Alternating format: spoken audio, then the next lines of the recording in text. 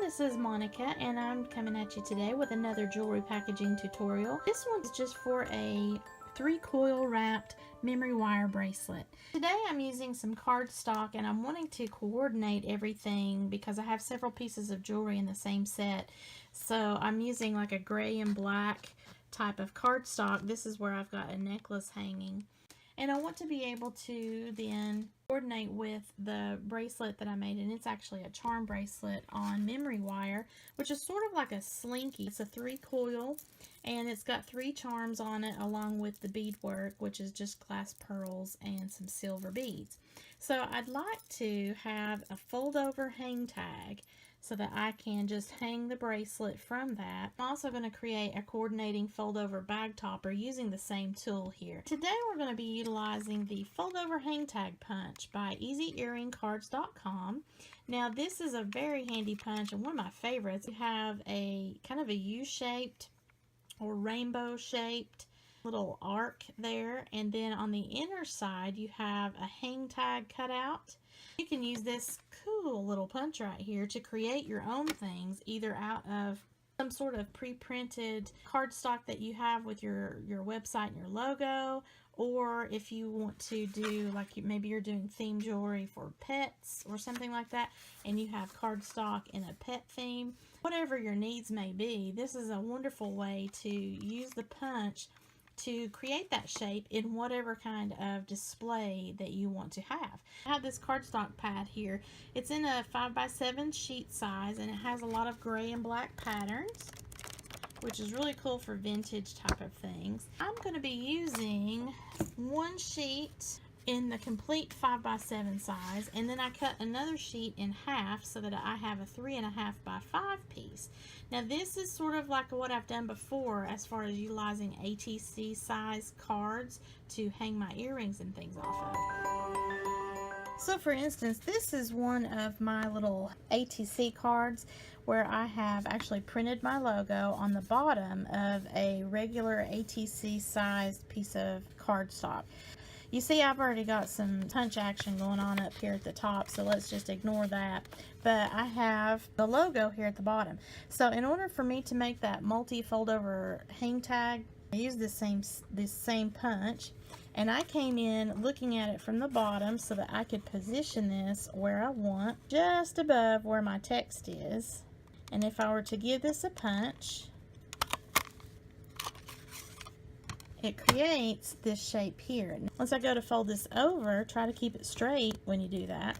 But look how cool that is. Now it's made this little arc here to where I can actually hang this up. I could either leave this hanging as the back part of my package with it, you know, obviously not having the other punches, or cut that off, or just have a smaller piece of paper. But what I did then is I created a multi-functional tag to where I had the necklace punched, making the slits on the corners, as well as the double post punch right here, making these little tiny holes. I could fold this up, and when I fold this back down, now it's completely contained here. My bracelet or necklace or whatever it is would be inside here.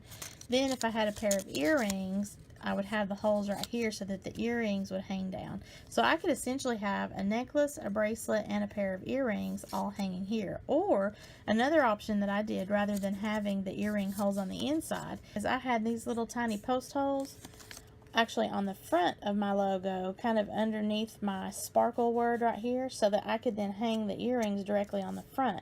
So I'm still able to house a bracelet, a necklace, and then the earrings dangling from the front. And this is a multi-fold over tag at that point.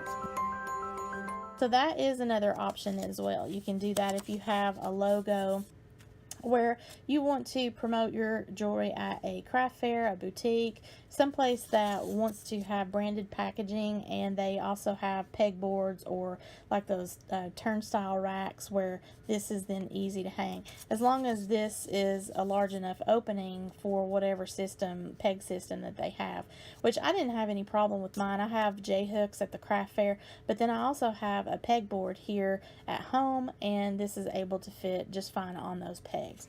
So this is going to be similar, but I'm also using this same punch here in order to create a bag topper. I'm going to take this 3.5 by 5 where I just cut the 5 by 7.5, and this is kind of like a damask pattern.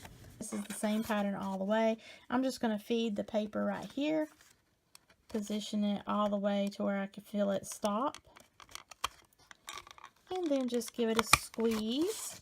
Now, I did have to use both hands. I have carpal tunnel, so I don't necessarily always have the strength to do that. And this is a larger punch, so really, for me, it required both thumbs. But you can see now what has happened. This has created a little fold-over area where I can now fold this over. It just creates a nice little area here for me to be able to house my jewelry. If I wanted to be able to hang this bracelet, I could do so. However, with this particular memory wire bracelet, it is going to need this paper to be a little bit more thin. So all I have to do here is come over to the side, either side of where I made my cuts, and just trim off the excess. So now, rather than me having to use an entire new piece of paper, I have this in a thinner version, and all I have to do now is just hang the bracelet onto this lovely little piece of paper. See how it fits everything in there nicely?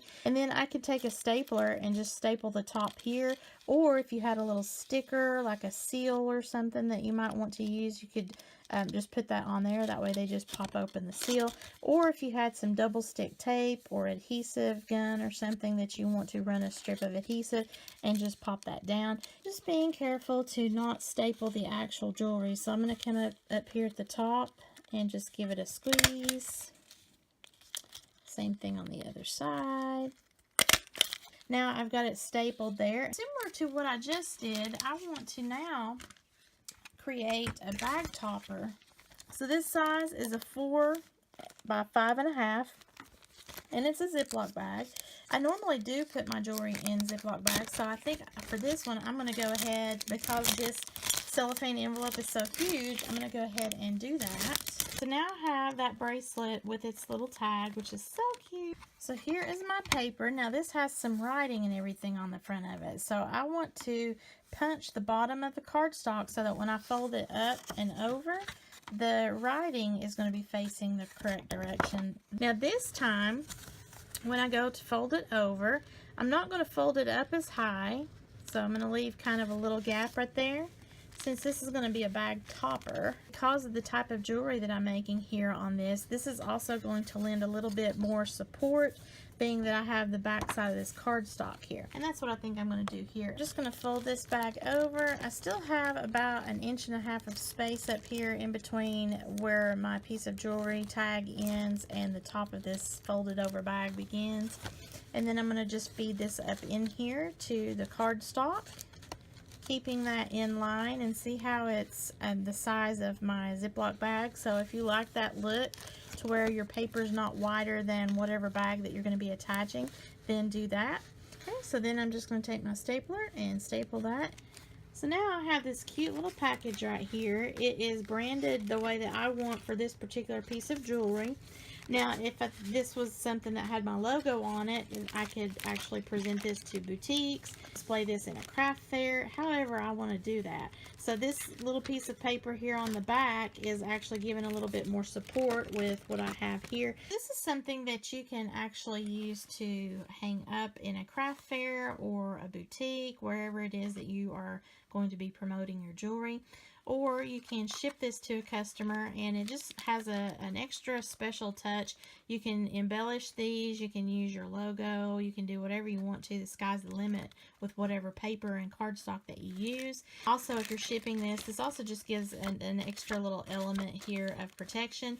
You can even incorporate this as to being a card. Maybe what you do is you write a personal message or have a label that you stick in here with the description of whatever this design is or the materials that you've used to make it.